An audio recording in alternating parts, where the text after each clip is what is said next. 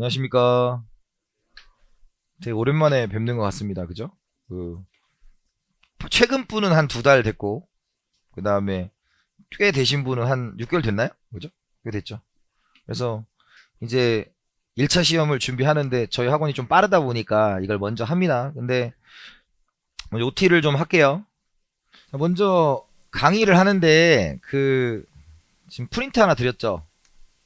프린트. 프린트가 매주 나갈 거예요. 왜 이걸 만들었냐면 이 책이 두껍잖아요. 그쵸? 근데 책이 너무 두꺼워서 사실 이 두꺼운 이유가 설명이 좀 자세하게 써 있기 때문에 두꺼운 거예요. 근데 우리가 설명을 다 외울 필요는 없잖아요.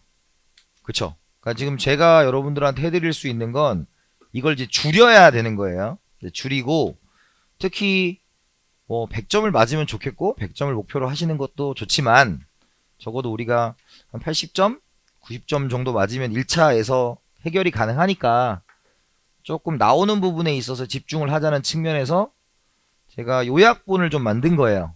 요약본을 좀 만들었고, 그래서 주제별로 좀 끊었어요. 그 주제별로 끊고 적어도 이 주제에는 이런 내용을 아셔야 돼요 라고 해서 주제를 토픽별로 다 끊었습니다. 제가 끊었고 요약을 했고요. 거기에 이제 빵꾸를 뚫어놨죠. 제가 브랭크를 뚫어놨어요. 그래서 그거에 좀 집중을 하셔야 된다 라는 거고, 그 블랭크를 뚫어놓은 데는 적어도 여러분들이 그 파트에서 많이 나오는 주제, 그리고 중점적으로 나온 주제, 시험에 나오는 포인트들을 좀 뚫어 놓은 겁니다. 그걸 여러분들이 좀 저하고 같이 정리를 하시면서 채울 거고요. 그 다음에 기본적인 내용 정리는 다시 한번 할 겁니다. 근데 전보다는 조금 더 좀 심플하게 정리를 할 거고, 필요 없는 부분은 좀 날릴 거예요. 날릴 거예요. 왜냐면 그때는 처음 할 때 막 책도 다 읽고 했잖아요. 뭐 그런 부분보다는 여러분들이 꼭 기억해야 되는 부분들이 있고요. 특히 지금 이 수업이 재정학 처음이신 분들도 있을 것 같은데, 처음 듣는 분 있으세요? 있죠. 그러니까 그런 분들도 있어요, 지금. 그래서 다 날릴 수가 없어서, 특히 이제 점수가 좀 공부를 하다 보면 아주 본질적인 질문들이 들어와요. 뭐냐면 완전 경쟁 시장이 뭐냐?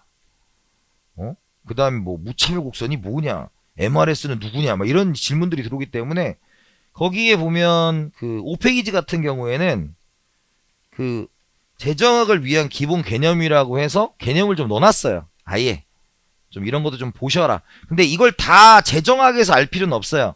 그러니까 경제학을 하시고 뭐 나머지 경제학을 좀 하시는 분들은 좀 모를까. 재정학에서는 이제 여기서 이걸 쭉 읽어 드리는데 거기에서 이제 많이 재정학에 쓰이는 부분들이 있어요. 그걸 좀 가져가시면 돼요. 그래서 그것도 넣어놨고, 그 다음에 뒤에 보시면 바로 주제별로 기출문제를 넣어놨어요. 기출문제. 재정학은 제일 중요한 게 1도 기출, 2도 기출이에요. 뭐 거기서 똑같이 나오기 때문에, 그래서 여러분들이 문제를 풀다 보면 내가 이것이 전체적으로 어떻게 맞는지도 물론 중요하겠지만 시험에 이 주제에는 이 오답이 참 잘 나온다 라는 걸 기억하는 거예요. 너무 방만하게 공부를 하시면 나중에 답이 안 나와요, 이게. 그러니까 이런 최악의 상황이 뭐냐면 이런 상황이에요. 수업을 들어요. 제가 설명을 해요. 근데 다 알아. 근데 문제를 풀면 못 풀어요. 그 상황이 최악의 상황이에요, 사실. 그러니까 아는 게 중요한 것도 물론 있지만 많이 나오는 부분들에 좀 집중을 하시고, 적어도 이게 왜 오답인지, 그리고 이 문제에서 왜 이런 오답이 잘 나오는지에 대해서 기억을 좀 하셔야 돼요. 하셔야 되고, 그 다음에 이제 뭐 쭉 이렇게 해서 여러분들 이제 요 프린트를 같이 사용할 거고 매주 나갈 거예요. 매주. 매주. 그리고 안 오시면 아마 학원에서 안 줄 거예요. 농담에 몰라, 거기까지는. 너 표정들이 뭐야 이렇게 야박한 데가. 이러시면 안 되고. 그래서 아마 매주 나갈 거고요. 그래서 사실 이 프린트를 만들면서 되게 후회 많이 했어요. 내가 이걸 왜 했을까? 이거 여러분 생각보다 시간 많이 걸려. 이게 전부 다 제가 요약을 하는 거잖아요. 전부 제가 요약을 하는 거예요. 그래서 참고로 이 편집도 다 제가 하는 거예요. 그러니까 이것도 제가 하면서 내가 이걸 왜 했을까? 우리 애들이랑 놀아줘야 되는데. 근데 뭐 하기로 했으니까 수업이 끝날 때까지 계속 할 겁니다. 그리고 이제 아시다시피 다음 시간에는 시험이 있죠. 시험이 있어요. 그래서 시험의 난이도는 뭐 너무 놀리진 않고 적정한 수준으로 시험을 보도록 하고요. 그 다음에 그 시험 보시고 정리는 다시 한번 할 건데, 예전에 그 필기하신 거 있잖아요.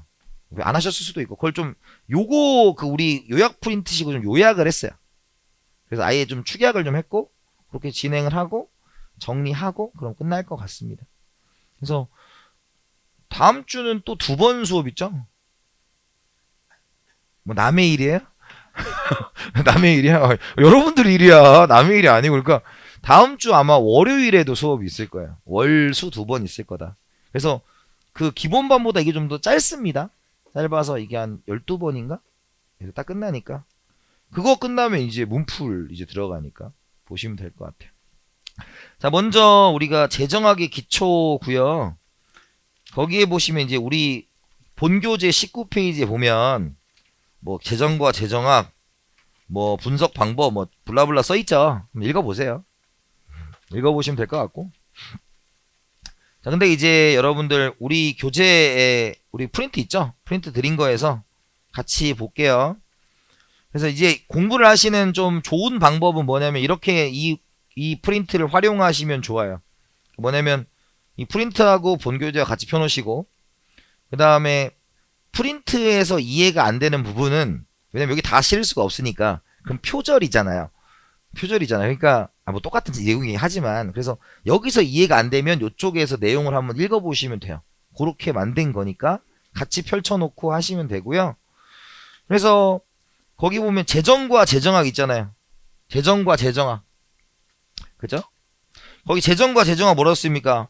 정부 및 공공기관, 우리 프린트, 정부 및 공공기관 등 공공부문이 기능을 수행하기 위해 필요한 재원을 조달하고 지출한 일련의 과정이다 라고 써있죠. 근데 제가 밑줄이나 블랭크를 안 쳐놨죠?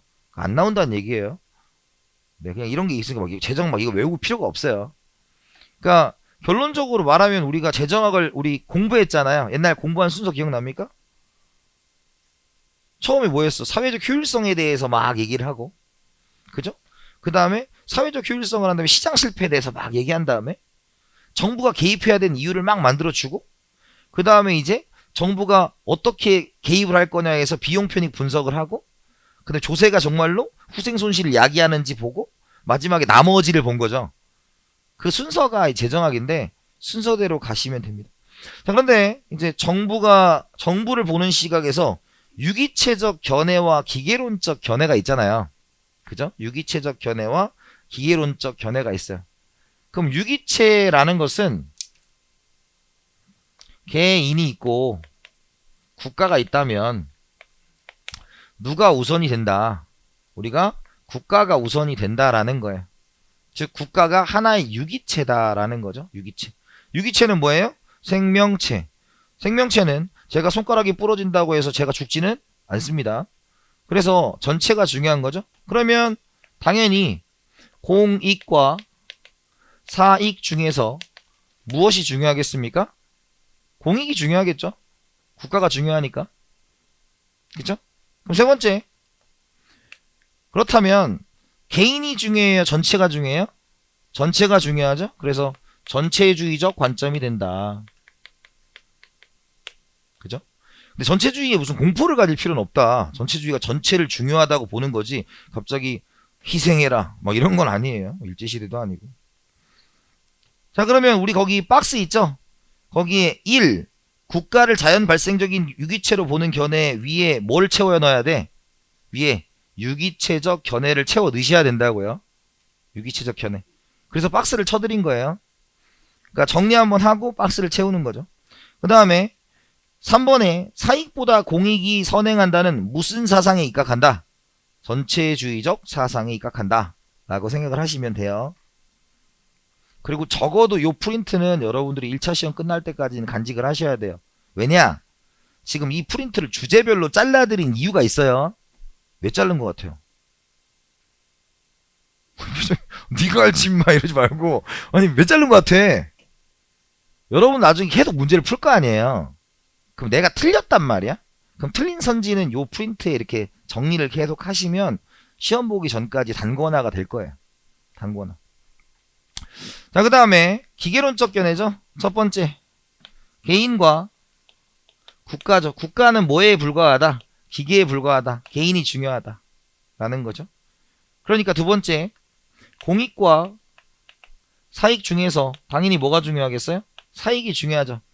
국가는 개인의 목표를 달성해주는 도구에 불과하다 라는 것이죠.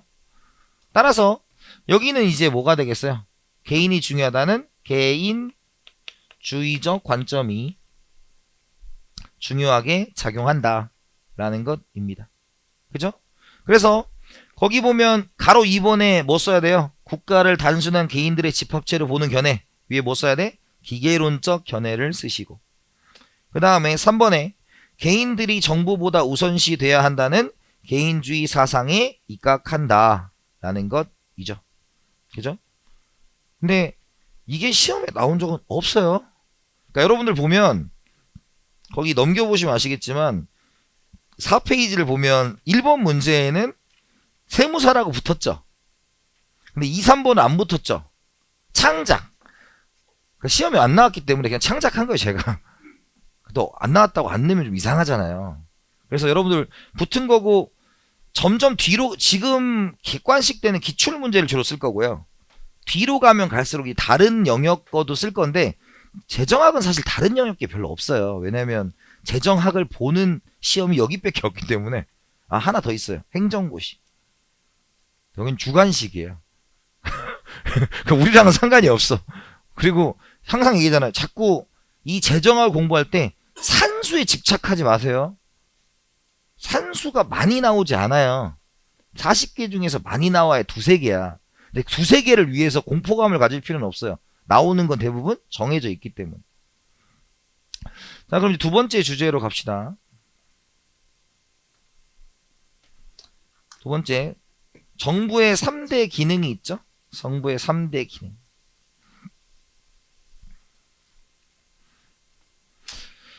자, 먼저 자원 배분이죠. 자원 배분. 자원 배분. 배분이 뭐였어요? 다시 얘기하면 흐름이죠. 흐름. 분배는 뭐였어? 분배는 내가 뭐 생산 요소를 제공한 대가 이런 거죠. 그래서 자원 배분은 우리가 자원의 흐름을 결정하는 거예요. 흐름.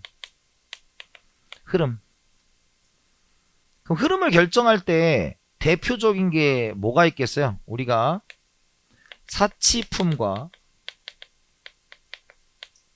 필수품이 되겠죠. 사치품과 필수품.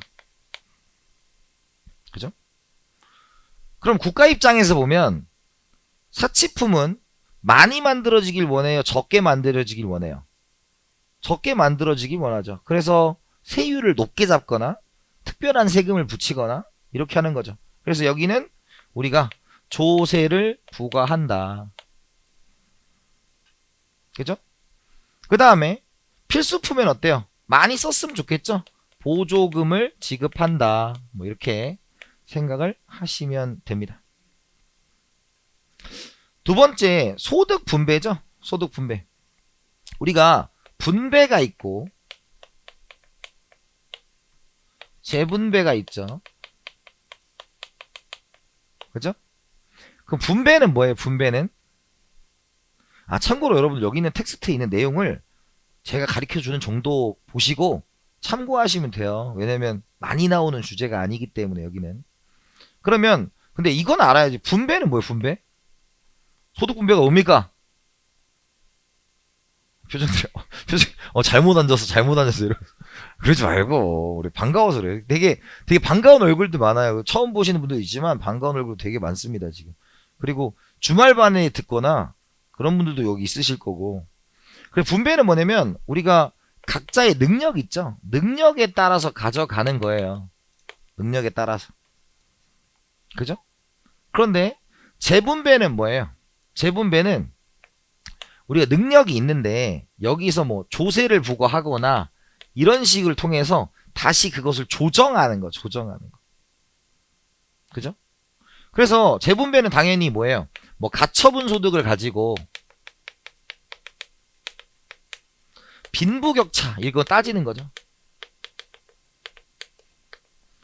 그죠? 진위계수 몇과 몇 사이? 이거 안 나. 여러분 그거 시험에 나오는 거잖아. 갑자기 진위계 여러분들 우리 재정학은 어느 정도가 돼야 되냐? 우리 파블로프의 강아지가 돼야 된다니까요. 아 시험에 나오는 게 정해져 있는데 그걸 진위계수 뭐 사이? 0과 1 사이. 클수록 작을수록 나와야 돼. 그건 시험에 나오는 거니까. 아 여기 하는 건 아니지만 그런 식으로 해서 진위계수는 뭐하게 만들어야 돼요? 국가 입장에서 작게 만들어야 되고 10분위 분배율은 크게 만들어야 되고 5분위 배율은 작게 만들어야 되고 애킨슨 직교는 작게 만들어야 되고 달튼 지수는 크게 만들어야 될 거 아니에요. 파이팅 합시다. 네 어차피 뒤에 할 거니까 할 거니까 뭐 그런 게 있었다. 그래서 지금 뭐 공포감을 가질 필요도 없고 비합니다. 그래서 소득 분배는 정부가 빈부격차를 뭐 하려고 한다? 빈부격차를 줄이려고 하는 거죠. 그 이유는 사회의 안정성을 높이기 위함이다 라는 거죠. 그러면 빈부격차를 늘리는 가장 간단한 방법은 뭐였어요? 우리가 줄이는 가장 간단한 방법은 누진세율 같은 거, 그죠? 그 다음에 사회보장제도 같은 거, 그죠? 하버거 삼각형 공식 기억나죠? 후생순시 삼각형 2분의 1 t제곱 곱하기 수유의 가계탄력성 곱하기 p 곱하기 q. 네. 아 지금 이거 왜 하는 거냐면 이게 예전에 이런 걸 배웠었다 이거야.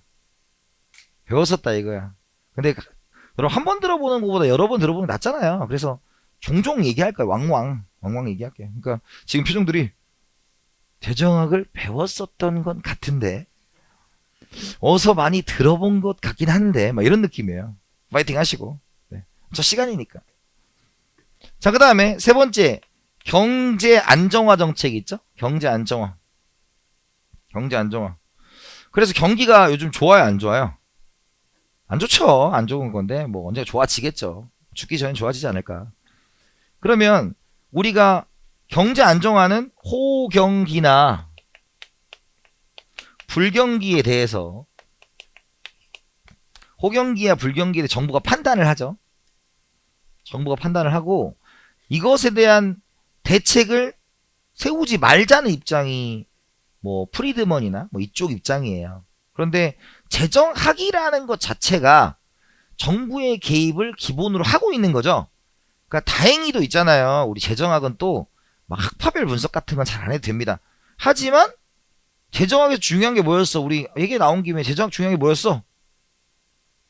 사람 이름은 외워야 된다. 사람 이름. 피콕 와이즈만 기억나죠? 그죠? 린달. 그죠? 우리 제일 싫어하는 이름이 있었잖아요. 하버. 그잖아. 그런 이름들을 기억하셔야 돼. 얘는 왜냐면 시험 자체에서 이름을 물어보기 때문에. 그죠?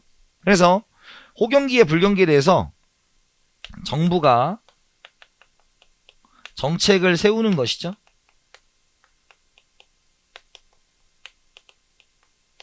개입하는 것이다. 이제 세 가지입니다. 그래서 요 단어들은 요 자체가 중요한 건 아니고 요 얘기들은 뒤에 가서 재정학으로 계속적으로 진행을 하는 부분들이에요. 하는 부분들입니다. 이해되셨어요? 자 그러면 거기에 이제 우리 정부의 3대 기능에서 뭐가 있습니까? 효율적인 자원 배분이 어렵다 이렇게 써 있죠. 그죠? 효율적인 자원 배분이 어렵다. 여러분 효율적인 자원 배분이 어렵다 윗줄. 그걸 우리가 뭐라고 부릅니까? 효율적인 자원 배분이 어렵다를 뭐라고 부르죠? 시장 실패라고 불러요. 그죠? 우리가 뭐 뒤에 가서 또 하겠지만 시장 실패는 자원의 비효율적 배분이잖아요.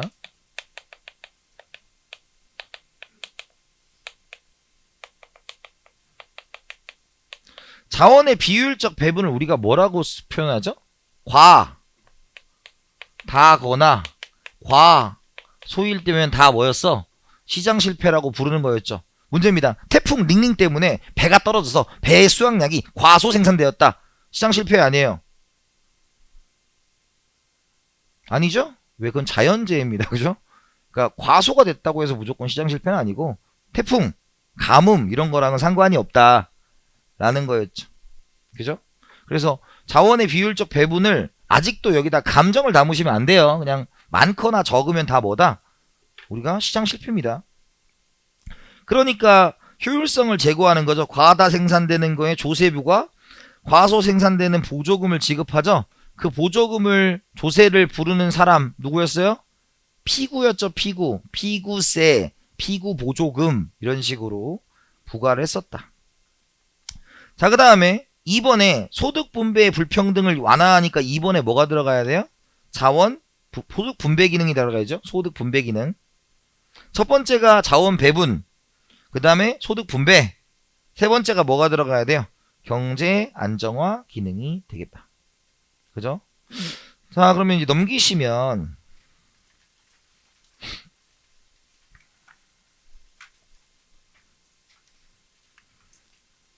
자, 이제 수업할 때 어떻게 할 거냐면 수업할 때 여러분들한테 이제 문제를 간단하게 풀 시간을 드릴 거예요. 그리고 이제 편집하시는 분들에서 그 부분 자를 건데 자, 여러분들 이제 제가 드리면 바로 문제를 푸셔야 돼요. 시간을 드립니다. 시작. 자, 1번 문제 바로 갑니다. 정부의 역할을 정당화하는 복지국가의 목표다 라는 거죠. 복지국가의 목표. 1번 미시적 효율성을 달성한다. 미시적 효율성은 뭐였어요? 우리가 적정 생산에 해당하는 거죠. 그죠? 물가 안정, 빈곤 문제 해결, 사회 통합, 뭐 좋은 얘기죠. 근데 완전한 평등 추구, 그죠? 이런 국가는 없다. 없다. 북한도 평등하지 않죠. 그죠? 그래서 정답 몇 번이에요? 5번입니다.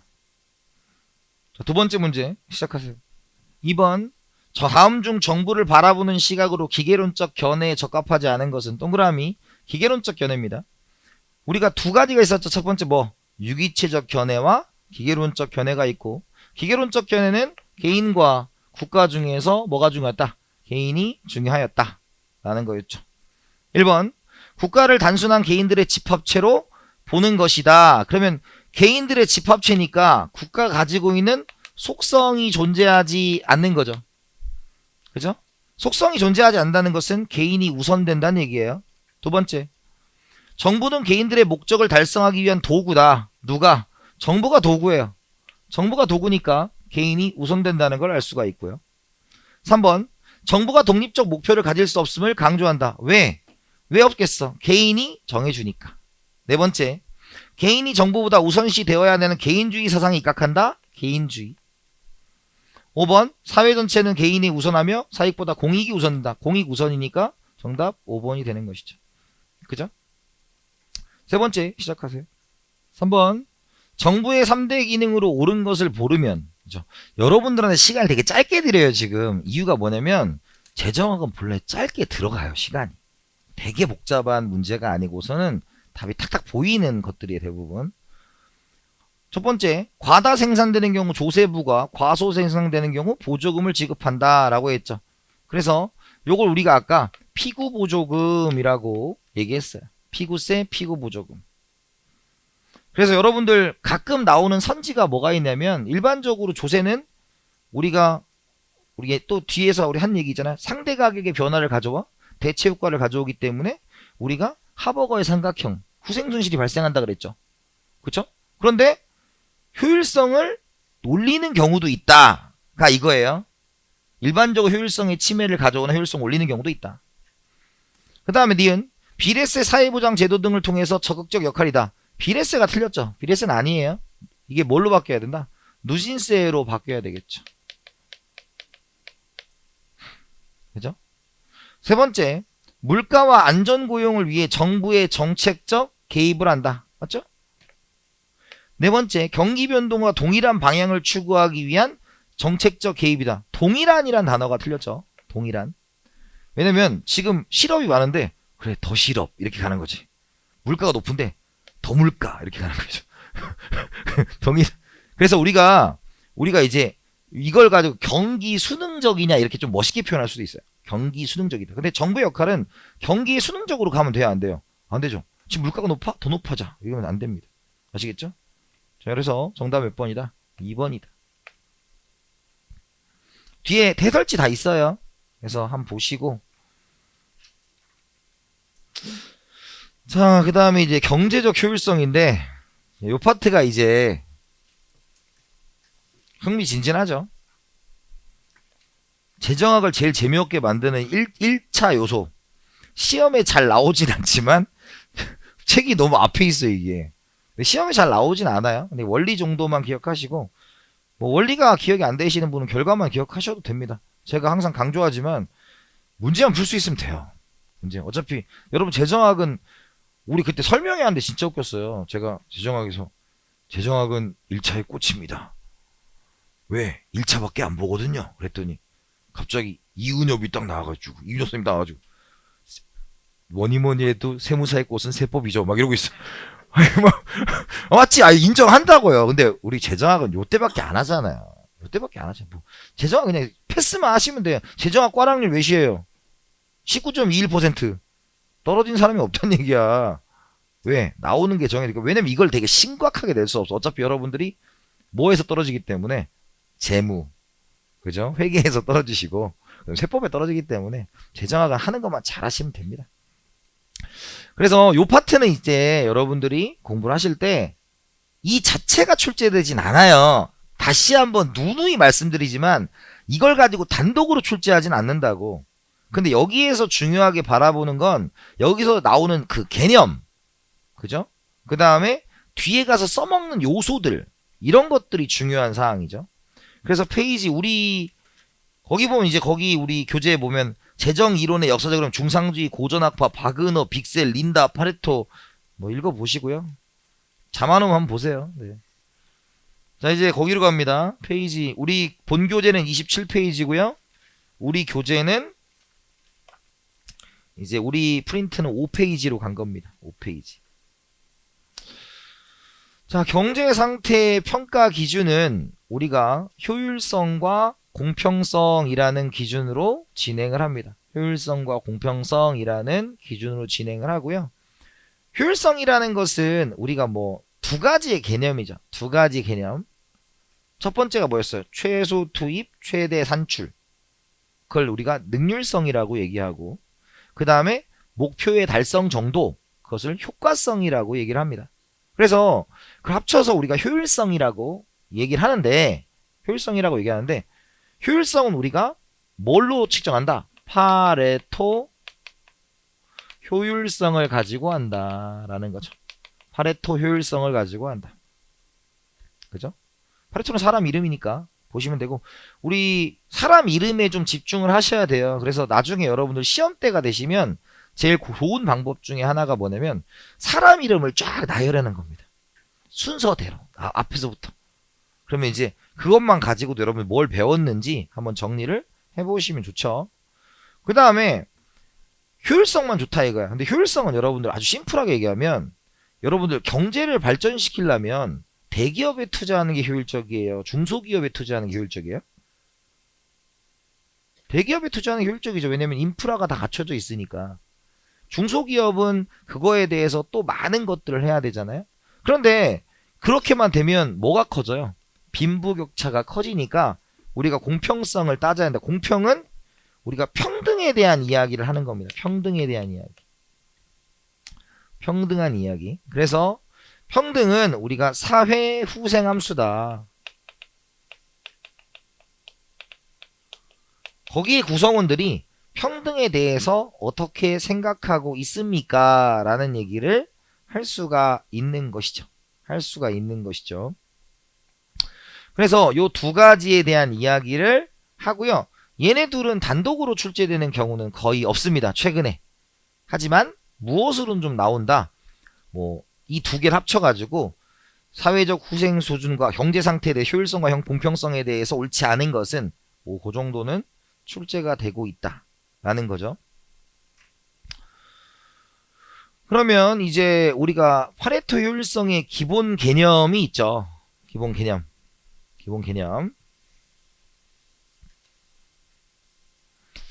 예를 들어서 이 실현 가능 배분을 쓰기 위해서 우리가 이제 무엇을 쓰냐면 as was 상자라는 걸 써요. as was 상자. 예를 들어서 우리가 x제가 10개 있고 yj가 10개가 있다. 그죠? 근데 A라는 사람과 B라는 사람이 2명이 있대요. 그죠? 그러면 우리가 A라는 사람과 B라는 사람이 있는데 A가 X를 5개 가지고 얘가 5개를 가지고 얘가 6개를 가지고 얘가 2개를 가졌다는 거야. 그러면 지금 이렇게 재화가 있는 상태에서 이렇게 가질 수 있어요? 없어요? 있죠? 그걸 뭐라고 한다? 실현 가능 배분 끝? 이에요. 뭐 더 이상 그 이하도 없어요. 그러니까 현실적으로 가능한 배분이냐? 라는 뜻이죠. 주어진 총량에서. 그죠? 그 다음에 파레토 우위와 파레토 열이가 있죠. 예를 들어서 지금 둘 중에서 파레토 우위에 있는 건 누구겠어요? 파레토 우위라는 것은 조금 더 후생 상태가 좋은? 뭐 이런 뜻이에요. 그럼 A가 더 좋죠. 왜? XG는 똑같은데 YG는 어때요? 지금 A가 훨씬 더 많이 갖고 있죠? 그러니까 좀 더 많이 갖고 있구나. 파레토 우위에 있다. 그럼 얘가 파레토 우위면 얘는 파레토 열이죠.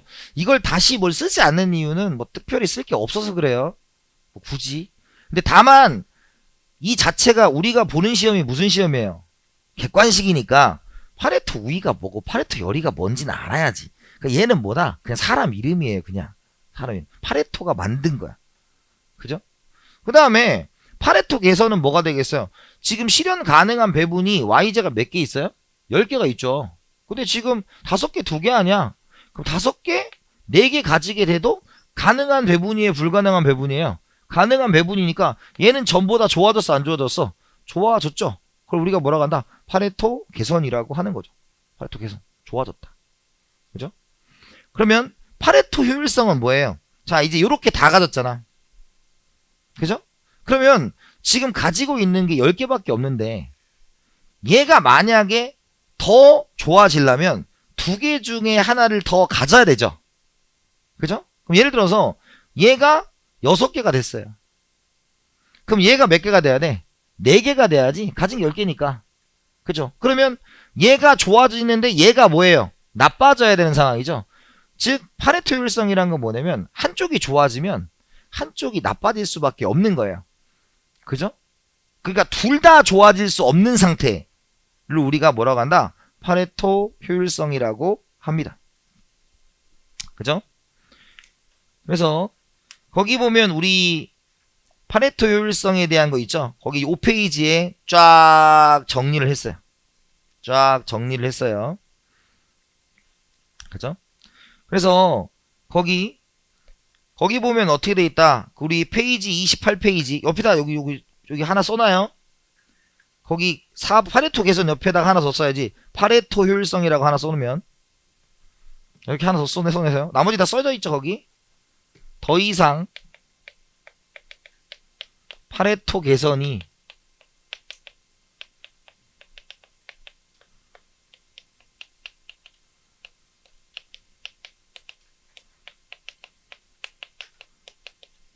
더 이상 파레토 개선이 불가능한 상태를 우리가 파레토 효율성이라고 합니다. 뒤에 가서 한번 더 배우세요 이건. 우리가 이제 보상 원리에서 파레토 기준을 한번 더 배우시니까. 그래서 여기는 뭐 각각의 시험 문제 나오는 건 없고요. 그냥 여기서 친해져야 될 그 이름이 누구다? 파레토형이다. 파레토형. 그죠?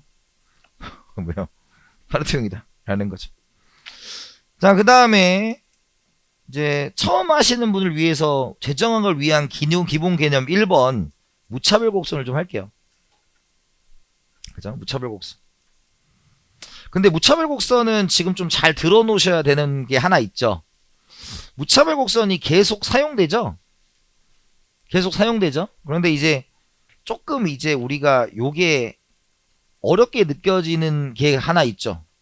우리 기억나요? 사무엘슨 형님 기억납니까? 사무엘슨 형님 이렇게 해가지고 요렇게 그래가지고 요렇게 붙이는 사무엘슨 형님 있잖아요.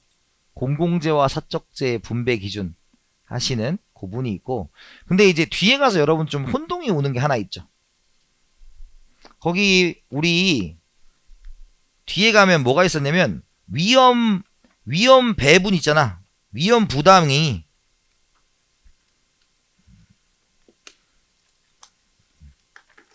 어디였어?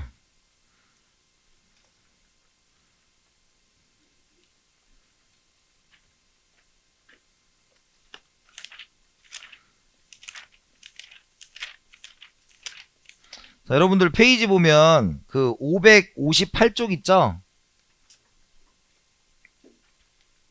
자, 558쪽에 위험부당행위의 무차별 곡선도 이런 형태로 그려진다 그랬어요. 그죠? 그래서 요 그래프 보는 방법이 알려면 기본적으로 무차별 곡선에 대한 정의가 있어야죠. 그래서 그죠? 그래서 우리가 무차별 곡선이 있는데,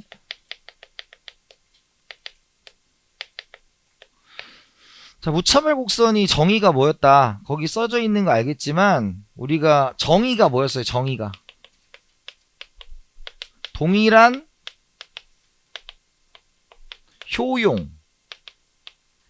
효용을 주는 두 재화의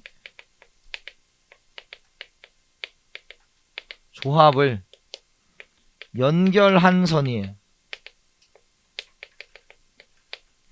동일한 효용을 주는 두 재화를 연결한 선이에요. 그래서 일반적으로 어떻다. 자, 여기서 이제 요 얘기를 좀 할게요. x가 있고 0이 있고 y가 있다. 그러면 초콜릿 3개가 좋아요? 사탕 4개가 좋아요? 아니지. 초콜릿 4개, 사탕 3개. 초콜릿 3개, 사탕 4개. 초콜릿 4개, 사탕 4개 이렇게 있어요. 그러면 1, 2, 3 이렇게 있죠? 그럼 어느 게 제일 좋아? 3번이 제일 좋죠. 왜? 제일 많으니까. more is better. 그죠? 그런데 1번과 2번은 같아야 달라요. 이거는 무차별할 수 있죠.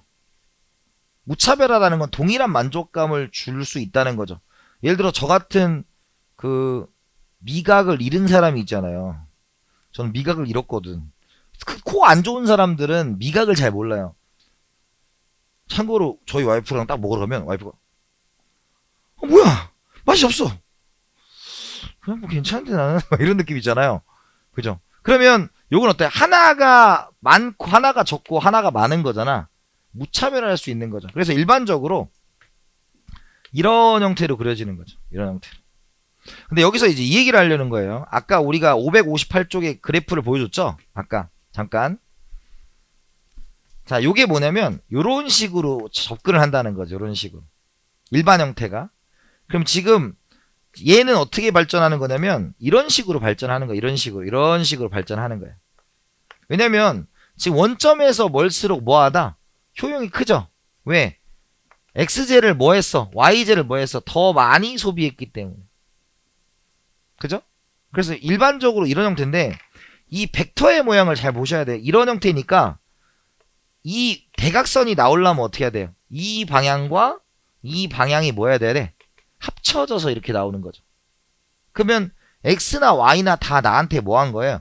좋은 거예요. 근데 아까 558쪽 우리 다시 한번 나중에 할 거예요. 근데 얘기가 나온 김에 하는 겁니다.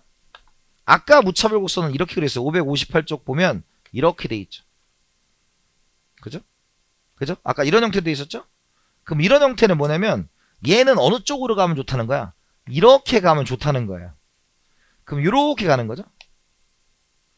그러면 x에 있는 게 아마 위험일 거야, 거기. 그러니까 위험은 뭐 할수록 줄어들수록 좋은 거고 이익은 많으면 많을수록 좋은 거죠. 요 벡터의 방향이 이렇다. 그래서 왜냐면 지금 이 얘기를 하는 이유가 처음 할 땐 얘기를 안 했었어요. 안 했었는데 그냥 요 방향을 가지고 그냥 생각만 하시면 된다. 나중에 이게 나오니까. 이해되셨습니까? 그래서 요 형태가 일반적이고요. 그래서 두 번째가 뭐예요? 특징 1번이 뭐였어요? 우하향 한다예요. 우하향한다. 우하향한다. 그죠?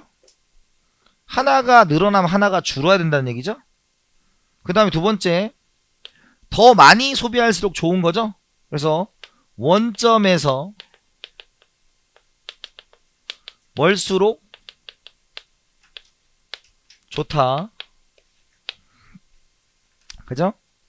세 번째, 교차하지 않는다. 그죠? 네 번째, 우리가 MRS 이걸 뭐라고 한다? 한계 대체율이라는 거죠. 한계 대체율. 그래서 이거는 뭐다? 무차별 곡선의 기울기예요. 증명은 안 할 거예요. 뭐 증명을 굳이 할 필요는 없으니까. XY가 있다. 그죠? 그거 뭐였어? MU 뭐? Y분의 MU X지.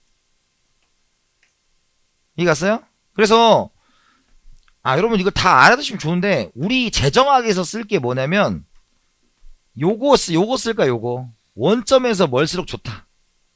그리고 기본 폼은 우하향한다는 거 있죠? 그죠? 그 다음에 MRS XY가 이거다라는 건 외우셔야 돼요. 이거는 꼭 써야 돼. 이게 산수 문제로 하나 나와요. 근데 자주 나오진 않습니다. 자주 나오진 않아요. 그리고 복잡한 미분도 없고요. 자, 그럼 봐봐요. 여기가 빵이고 빵. 여기가 우유다. 그죠? 그럼 이건 뭐야? 여기 무차별 곡선의 기울기가 뭐예요? MRS 빵 우유 이렇게 쓰면 된다고. X 자리에 있는 거 Y 자리에 있는 거 순서대로 쓰시면 된다고요. 이해됐어요? 그 다음에 요거는 이제 뭐다? MU 우유 MU 빵 이렇게 쓰시는 거라고. 그러니까 X와 Y제에 뭐가 들어가는지 한번 생각을 해보시면 되는 거예요. 그래서 요거는 공식을 외우셔야 됩니다. 이해가요? 자, 그러면 이제 하나 더 할게요. 오늘 뭐 첫 시간이니까. 자, 그럼 이제 우리가 미분을 할 거 아닙니까? 미분. 자, 미분. 그래, MU, MC. 그죠? 이제 우리 재정할 때 딱 요 정도밖에 안 나오죠? 딱 두 가지밖에 안 나와요. 그러면 MU는 뭐예요? TU를 뭐 한다? 미분하면 되죠. T는 뭐였어? 토탈입니다. 토탈. 근데 그냥 U 이렇게만 표현을 하고요. 그 다음에 얘는 뭐였어? TC를 뭐 하면 됩니다. 미분하면 돼요. 미분을 여기 쓰면 안 되겠죠?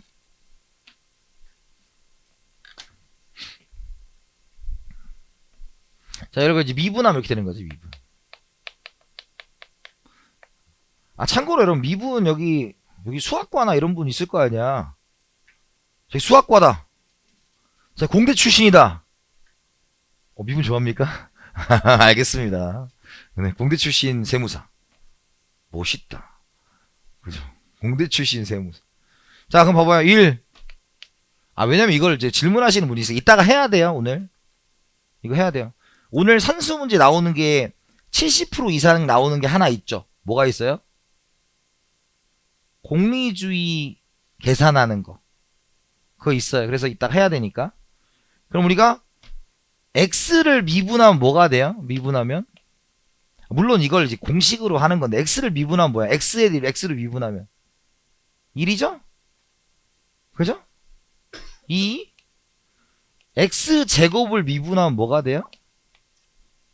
2X가 되죠? 지금 웃으면 안 돼. 지금 몇몇이 지금 웃어. 나한테 와서 질문, 선생님 정말 이것만 하면 됩니까? 이런 사람들이 있어요. 그거 잘못된 거 아니야. 여러분들이 이것 좀 잘한다고 세법 못할 수도 있는 거 아닙니까? 어차피 재정학으로 안 떨어진다니까. 재정학은 그냥 항상 이렇게 분위기를 업해주는 과목이죠, 이건. 그죠? 여러분, 꿈과 희망, 용기를 재정학에 심어주고, 그 다음에 세법과 절망하고, 윤돈이 보면서 배부르고, 막 이러면 되죠. 네. 정윤도 선생님 보면 배부르면 되지. 자, 3번. 자, X 세제곱입니다. 그럼 뭐가 돼요? 3X 제곱이죠? 미분하면 4번 4X 제곱입니다. 그럼 뭐가 돼요? 8X가 되죠? 이 정도야 다. 그죠? 근데 이제 우리한테 제일 난관이 뭐예요? X 루트죠. 네. 딱 요거만 하시면 돼요. 왜냐면 루트는 그래도 마지막 자존심이야. 네, 제정학의 마지막 자존심. 이거 미분하면 어떻게 하면 돼요? 자, 이걸 어떻게 쓰면 돼? 먼저 우리가 x의 2분의 1로 이렇게 바꿔 쓰면 되죠. 그죠? 그러면 앞에 있는 게 내려오면 되죠? 2분의 1 x에 여기서 빼기 1을 해주면 되죠? 그러면 빼기 우리가 2분의 1 되는 거죠. 그러면 요 빼기는 뭐가 되는 거다? 분모가 되는 거죠? 분모가 되는 거죠. 그럼 다시 쓰면 2x 2분의 1 분의 1이 되는 거죠. 이렇게. 그죠? 그러면 요게 다시 되니까 2 루트 x분의 1이 되는 거죠. 이해됐어요? 이거만 할 줄 아시면 돼요. 루트만. 그래서 선생님 루트 세제 없어 그런 거. 마지막 자존심. 이 제정학의 마지막 자존심이에요. 요 정도 하시면 우리가 미분 갖고 어렵다라는 건 없어요. 다만 이제 여러분들이 그걸 못 찾는 거지. 언제 이걸 미분을 할 거냐? 식을 어떻게 바꿔서 미분을 할 거야. 지금은 그냥 우리가 단순하게 x에 대해서 그냥 미분을 한다고 가정을 하지만 식으로 주어지기 때문에 그걸 식을 어떻게 바꿔서 할 거냐만 체크하시면 되는 거지. 여기 요 정도 루트 미분까지만 하시면 다 가능해요. 제정학은. 아시겠죠? 요 정도. 그래서 좀 이따가 여러분들하고 하는 시간이 있을 겁니다. 아시겠죠? 그래서 여러분들하고 무차별 곡선에 대한 얘기를 했고요. 여기서 잠깐 쉬었다가 소비에서부터 파레토 효율성부터 시작하도록 하겠습니다. 쉬었다 하겠습니다.